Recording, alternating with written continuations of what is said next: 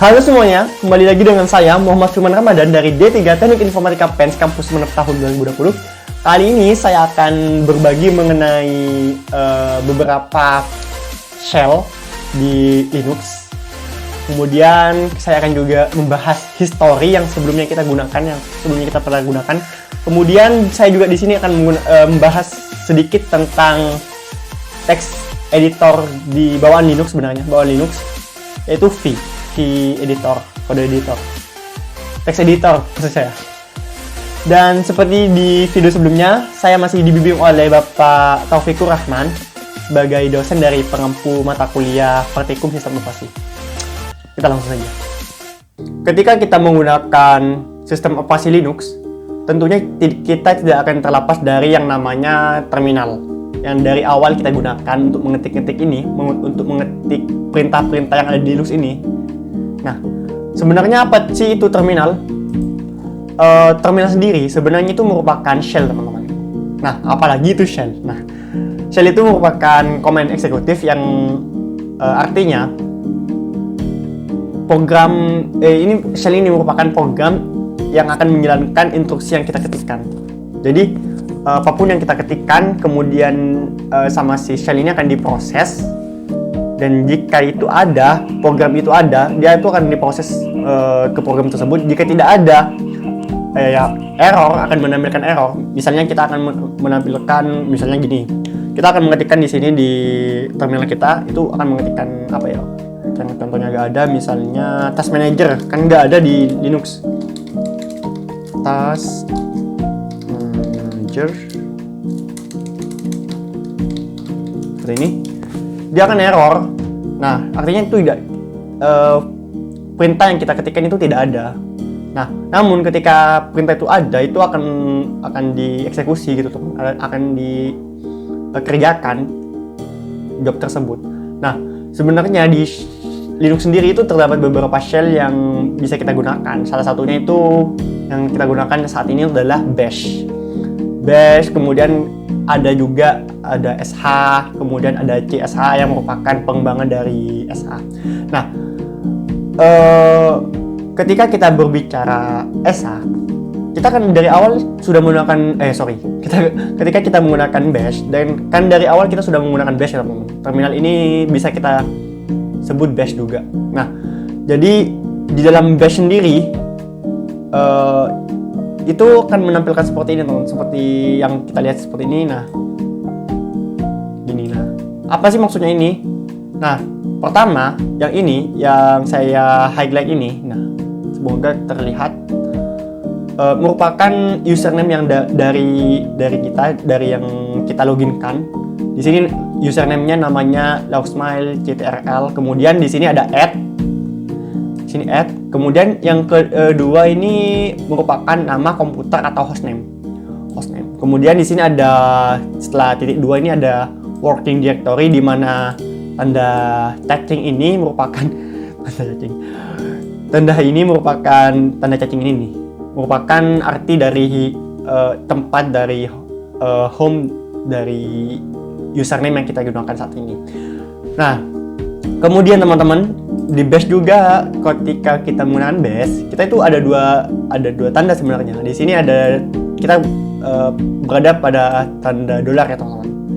Berada pada tanda dolar. Yang artinya itu user biasa, bukan root itu. Kalau root itu biasanya itu gini. Kalau root gini. Nah, itu pagar gitu, tanda pagar. Nah, itu kalau bash. Kemudian sebenarnya selain bash, yang bisa kita gunakan itu adalah SH. Sama, kurang lebih fungsi itu sama sebenarnya seperti bash ini. Namun bedanya itu dia tidak akan menampilkan ini, teman-teman. Dia hanya menampilkan dolar ataupun bintang. Pagar maksudnya. Nah, kemudian di dalam Linux kita, sebenarnya kalau kita ke home ini, ke home. Nah, ini kan home ya, teman-teman. Kalau kita enter, dia akan kembali ke home, working directory-nya kembali ke home. Kemudian di dalam home ini sebenarnya kita bisa menemukan sebuah file yang namanya itu adalah bash rc. Kita ls saja langsung untuk menampilkan file yang hidden atau di sini kan bash ini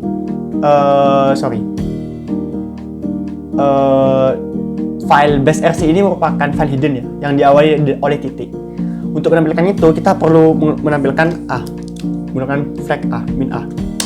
Oke, kita tampilkan di sini. Ada nih titik bash rc. Ketika kita lihat isinya, kita coba lihat isinya tanpa kita harus tahu dalam apa sih maksud dari bash rc ini. Seperti ini, kita menggunakan cat. Nah, dia akan menampilkan seperti ini teman. Penampakannya tuh seperti ini, makhluknya tuh seperti ini dari bash rc.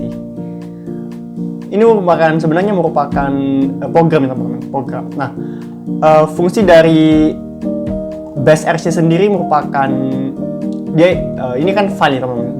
Dia ini kan file. Jadi dia itu file ini akan dijalankan, dieksekusi saat perpindahan dari suatu sel ke sel lain.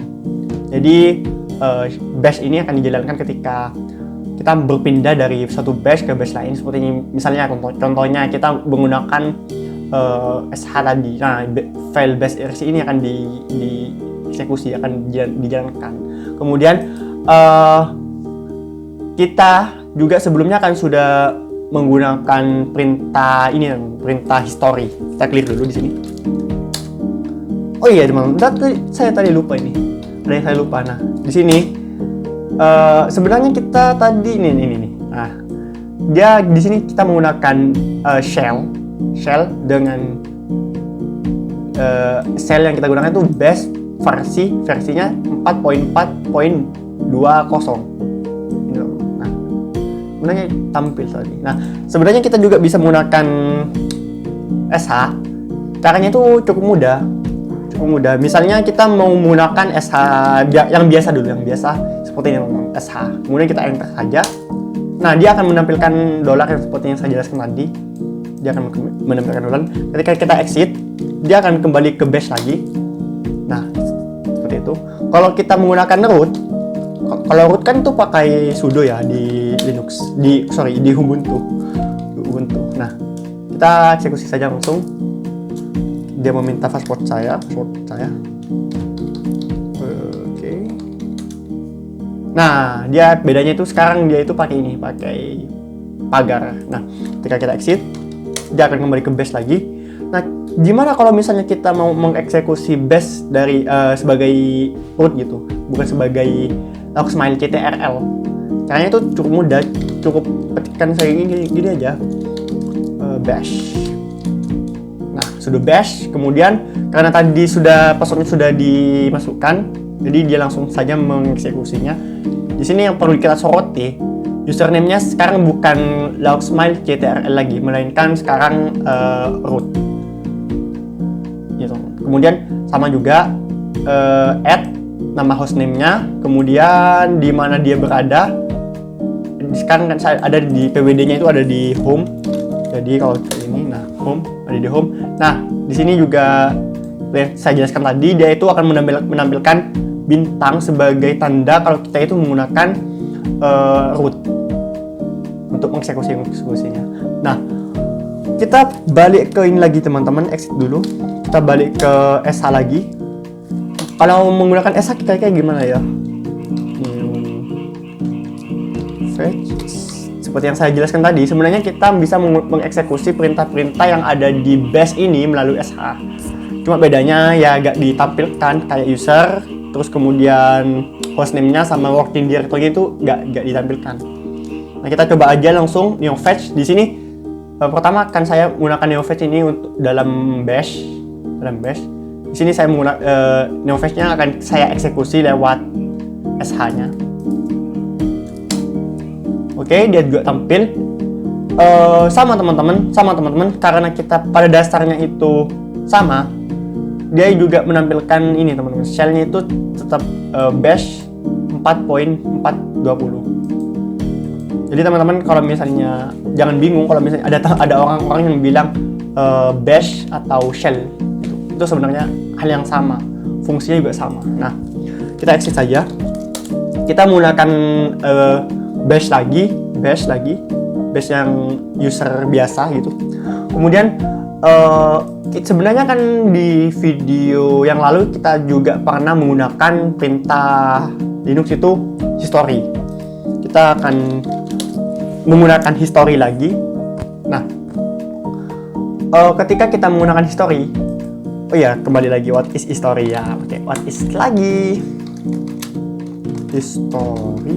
Nah, dia akan menampilkan GNU History Library. Jadi yang kita ketikkan itu, yang perintah komen atau komen yang kita ketikkan itu akan disimpan di dalam history ini. Nah, sebenarnya teman-teman, kalau teman-teman lihat tadi di ls-l tadi, kan ini sekarang working directory-nya pwd-nya ada di home ya, ada di home yang saya gunakan, dari user yang saya gunakan ini. Nah, ketika kita menggunakan ls-l tadi, sebenarnya di sini ada sebuah, bukan min a.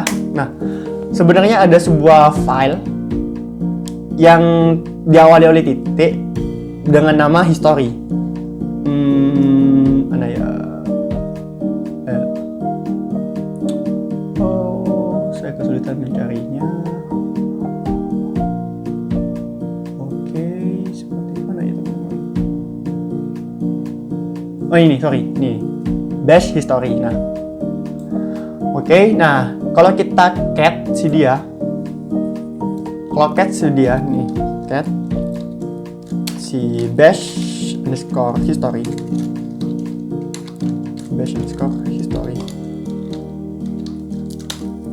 dia akan menampilkan seperti ini, teman-teman.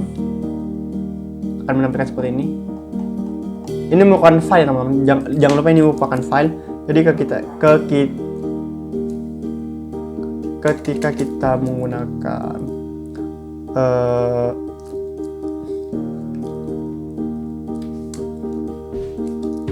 ls-a l, dia akan ditampilkan sebagai file. Mana dia?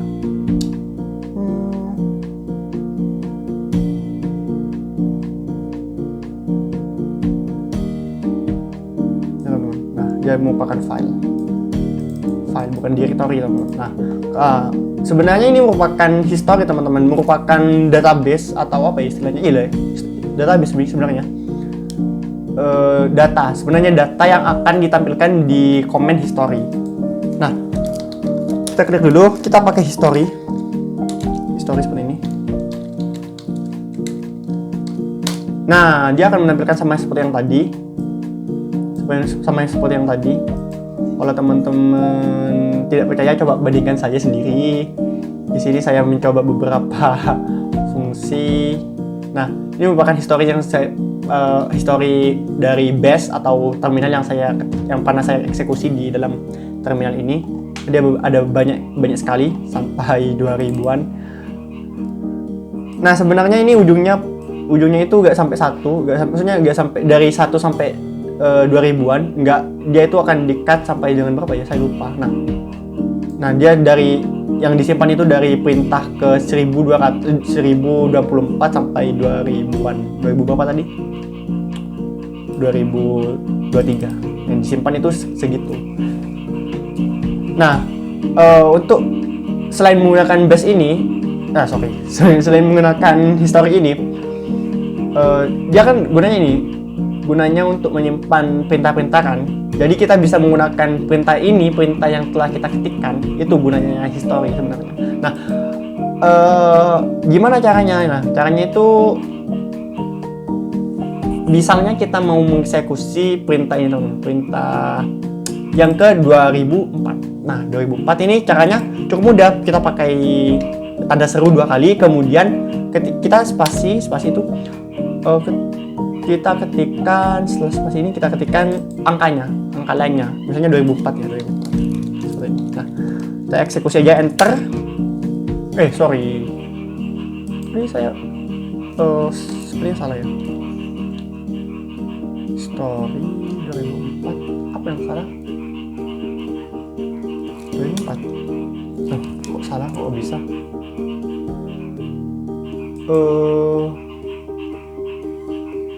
Kalau kita ketikkan seperti ini, sorry.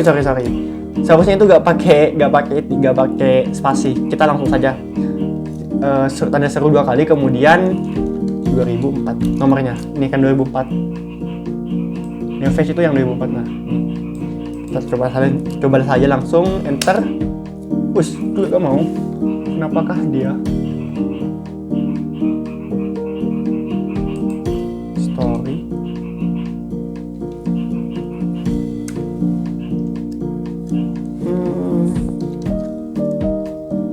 Ke 2004 itu apa ya, kenapa dia gak mau?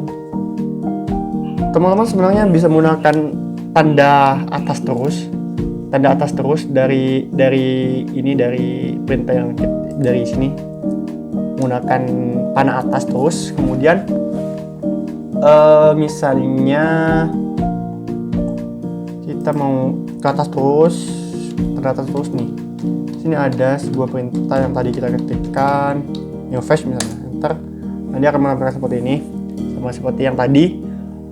Cuma bedanya kalau kita pakai yang atas ini gak efisien, makanya saya itu pakai ini tadi, pakai betul ini.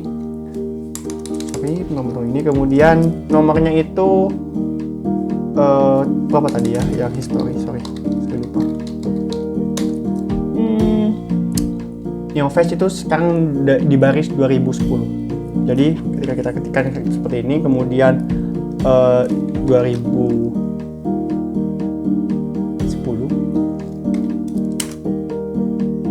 nah kok gak mau ya, kenapa ya?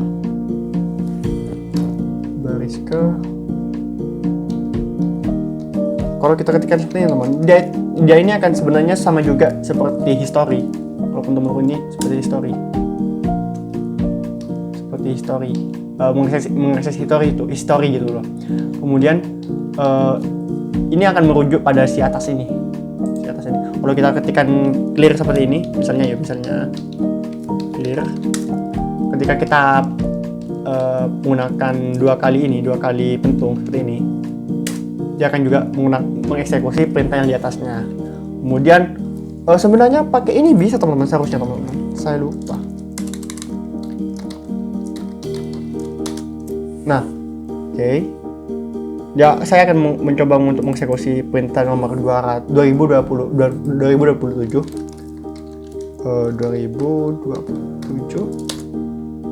Loh, kok nggak mau? Apa yang salah? Sebenarnya kalau kayak gitu sebenarnya cukup satu ini teman-teman. Cukup satu ini, terus kemudian perintahnya itu nomor berapa tadi? Nomor 2027. Nah, ini fetch. Satu kali, cukup satu kali pentung, satu kali tanda seru gitu loh. Kalau pakai 2 kali tanda seru ini sebenarnya dia akan mengakses pada perintah yang sebelumnya diketikkan. Nah, kemudian teman-teman kita juga bisa menggunakan misalnya kita mengetikkan seperti ini ya, clear, kemudian kita buka ini new fetch. Nah, setelah kita buka new fetch, kita akan membuka nano. Nah, kita udah buka aja nano kayak gini. Nah, ketika kita coba buka ini history lagi, dia akan menampilkan ini teman-teman, new fetch, nano, dan history. Nah, yang perlu diingat ini kan berurut teman-teman. Jadi perintah yang kita eksekusi itu berurut di sini. Nah, kita bisa mengeksekusi 3 perintah sekaligus. Misalnya kita mau mengeksekusi ini 3 dari ini, 2, 3, 4, misalnya 4 dari ini, dari clear, neo, fetch, nano, dan history. Caranya itu cukup gini. Misalnya kita mau bilang itu, jadi kita perintahnya itu seperti ini aja, kemudian min 4.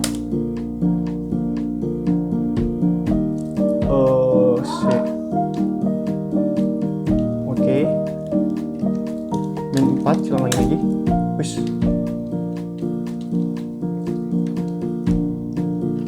Kayaknya kalau min 4 tuh gak bisa deh. Oh iya, sorry. min 3 aja coba. Nah, dia akan bisa teman-teman. Jadi ketika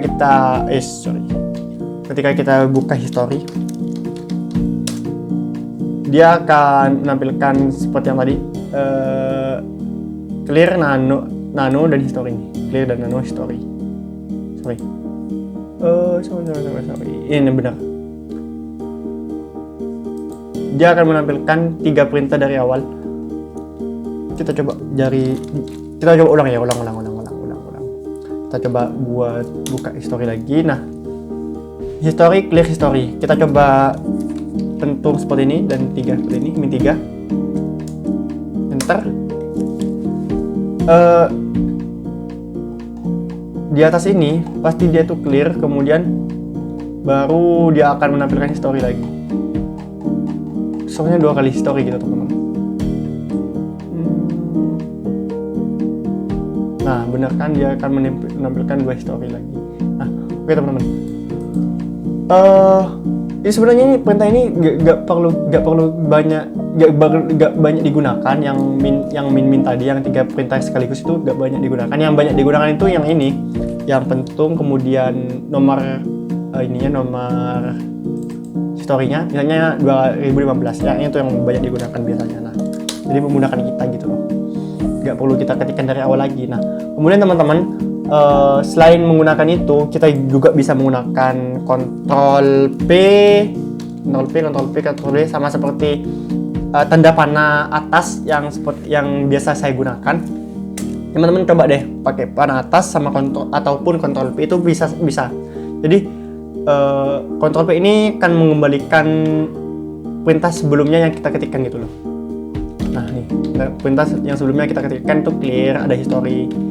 Jadi dia itu akan berurutan seperti yang ada di dalam folder, ada di perintah history di bawah, terus naik ke atas lagi gitu teman-teman. Nah, sama seperti itu konsepnya dari Ctrl P ini. Nah, untuk turun ke bawah itu teman-teman bisa menggunakan Ctrl N ke bawah. Nah, sampai kosong dia. Nah, kemudian di ini juga di Linux sendiri, di terminal ini, di base ini, kita sebenarnya bisa menggunakan sebuah text editor yang bernama V. Caranya itu cukup mudah. Misalnya gini, cd belajar lagi Linux, misalnya Kadir V2 misalnya, cd V2. Nah, di sini kan ini masih kosong ya teman-teman. Di sini saya akan mencoba membuat sebuah file yang bernama misalnya test V ini, test V. Nah, seperti ini. Nah, yang perlu kita tambahkan sebelum nama filenya itu adalah nama programnya. Nama programnya sendiri itu merupakan V. Jadi VI seperti ini, kemudian jangan lupa spasi dan nama filenya seperti ini. Misalnya .txt, jangan lupa tambahkan .txt. Nah, seperti ini. Nah, ketika kita enter ini, dia akan memasuki V-nya, editornya gitu loh. Nah, di sini yang perlu kita soroti adalah cara menggunakan V ini. Jadi ketika V ini kita buka pertama kali, dia itu akan tampil seperti ini. Nah, di tampilan seperti ini kita tidak bisa menginsertkan atau menambahkan file ke dalam file yang kita mau gitu loh. Kita tidak bisa menuliskan apapun di dalam file tersebut. Nah, untuk memasukkan teks yang mau kita masukkan ke dalam file ini, itu sebenarnya kita bisa menggunakan langsung kita ketikkan atau kita pencet tombol I. Ya, kita press I. Kita press I aja langsung, I seperti I biasa, I dekatnya O, di antara O dan U gitu loh. Di keyboard kita press saja, kita tekan saja si I ini. Nah, setelah kita tekan si I ini, dia akan memasuki insert mode. Insert mode kan iya awalnya. Insert artinya kan memasukkan, insert tambahkan gitu loh. Nah, sekarang coba teman-teman ketikkan, di sini sudah bisa diketikkan itu, ditambahkan filenya. Kalau tadi kan nggak bisa, masih. Nah, untuk keluar dari insert mode ini, teman-teman perlu menekan escape di pojok kiri atas gitu, teman. Pojok kiri atas itu kan ada ESC, escape. Nah, itu sudah keluar dari insert modenya. Jadi di sini ada insert mode, dan untuk melihat isinya lah dibedakan menjadi dua, ada untuk read saja, kemudian ada untuk write atau tulis gitu loh, insert kan tulis gitu loh, gitulah gampangnya, secara gampang gitu.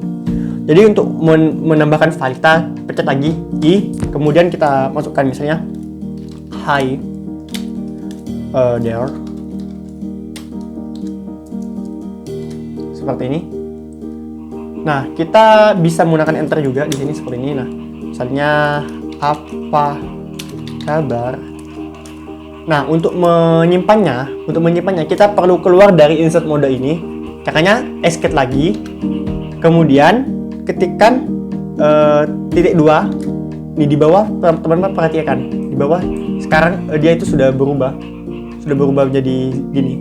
Kemudian WW dan tanda seru ini. Nah, kita enterkan saja, dia akan tampil seperti ini. Text vi.txt new file. Banyaknya itu 2 line, 2 baris, kemudian ada 24 karakter yang ditulis gitu loh. Nah, ketika kita coba keluar, caranya keluar itu escape lagi. Yang perlu kita perhatikan, kita harus berada di read modenya. Jadi read mode itu yang akan pertama kali tampil gitu, teman. Yang akan tampil pertama kali saat kita buka V, kemudian nama filenya itu akan berada di read mode. Nah, saat kita tekan I, tombol I, dia itu akan berpindah ke insert mode yang ada di belakangnya itu, Jadi kita bisa mengubah isinya. Nah, kita kembali lagi ke insert mode, ke read mode. Gampangnya read mode ya, teman-teman. Sebenarnya saya kurang tahu nama aslinya itu apa, tapi yang di sini saya akan menyebutnya read mode. Cuma read mode baca. Di sini kita tidak bisa mengubah dia. Nah, untuk mengubahnya itu untuk keluar dari V ini, teman-teman ke read mode, kemudian ketikkan titik 2, kemudian kita tulis key. Jangan lupa tanda seru seperti ini. Nah, jangan keluar. Nah, ketika kita cat si test.v.txt nya, dia akan tampil seperti apa yang kita mau. Nah, untuk mengedit lagi, kita bisa menggunakan V lagi. Kemudian di sini teman-teman bisa menggunakan beberapa opsi untuk mengeditnya. Misalnya contoh itu kita mau mendelete high komanya itu akan kita delete. Jadi kita bisa menggunakan saat kita di read mode, untuk memastikan di read mode, di mode baca, itu teman-teman tekan escape saja, gak apa-apa. Tekan escape sebanyak pun gak apa-apa, gak masalah. Jadi pastikan di read mode dulu, kemudian ketikkan DW. Nah, dia akan menghapus DW kan delete word, itu singkatan dari delete word. DW. Nah, DW seperti ini. Nah, kemudian DW lagi, kalau DD itu dia akan mengembalikan, akan mendelete semuanya itu loh. Nah, di sini akan saya coba mengembalikan apa yang telah saya delete dengan U. Kalau mengembalikan itu pakai U. Nah, ini seperti ini. Nah, kemudian teman-teman, untuk tidak menyimpannya, kita kembali ke read mode, kemudian kita quit saja dengan key ini seperti yang tadi. Nah, jadi kalau ketika kita buka lagi, dia tetap seperti yang tadi. Jangan disimpan, jangan dipakai titik 2W kemudian tanda seru, jangan pakai itu kalau nggak mau menyimpan. Dan teman-teman bisa menggunakan perintah lain. Misalnya teman-teman itu mau ngopi sebuah baris, yang header-nya itu akan saya copy. Caranya itu teman-teman ke read mode, kemudian escape, kemudian pencet 2 kali Y atau YY. Nah, kemudian arahkan mau ditaruh di mana. Misalnya mau ditaruh di sini ya, atau di setelah apa kabar, jadi seperti ini. Nah, kemudian teman-teman bisa menggunakan P gini, taruh di depan saja ya. Teman-teman ketikkan P saja, tekan tombol P. Nah, dia akan berada nih, dia di copy. Hidernya sekarang di copy. Nah, kemudian teman-teman untuk mengedit seperti ini, seperti kan ini kalau di ini kan nggak bisa ada tanda kurungnya itu akan terhilang ya kalau kita pencet I. Nah, untuk itu kita bisa, kalau itu ini dia akan berada di Nah, dia akan berada di sisi kirinya. Jadi kalau kita mau itu pencet A biar kita ada di sisi kanannya dari karakter yang kita mau. Tuh, nah sekarang bisa nih. Kalau mau delete itu pakai escape, kemudian tadi ya dia di save. Misalnya sorry mana sih? Nah, iya kalau saya lupa. Di sini kalau teman-teman mau menghapus karakternya, tiap karakter itu pakai X. Nah, nih pakai X. Kemudian misalnya di save saja. Kemudian W. Jadi kalau menghapus per karakter itu pakai X, pencet saja teman-teman ke read mode, kemudian pencet X. Itu sih sebenarnya. Nah, kita keluar saja langsung. Kurang lebih seperti itu teman-teman untuk mengeditnya. Jadi kita keluar saja langsung. Itu dasarnya teman-teman. Teman-teman bisa mencari referensi lain. Kalau misalnya mau lebih advance lagi, mau lebih mahir lagi di dalam menggunakan V ini. Oke, kita cut saja dia. Nah, hi there, apa kabar? Seperti yang kita ketikkan tadi. Oke teman-teman, mungkin itu saja yang bisa saya bagi. Oke teman-teman, mungkin itu saja yang bisa saya share kepada teman-teman. Saya mohon maaf apabila banyak salahnya. Jika teman-teman ada pertanyaan, kritik maupun saran, silahkan tulis di kolom komentar, dan sampai jumpa.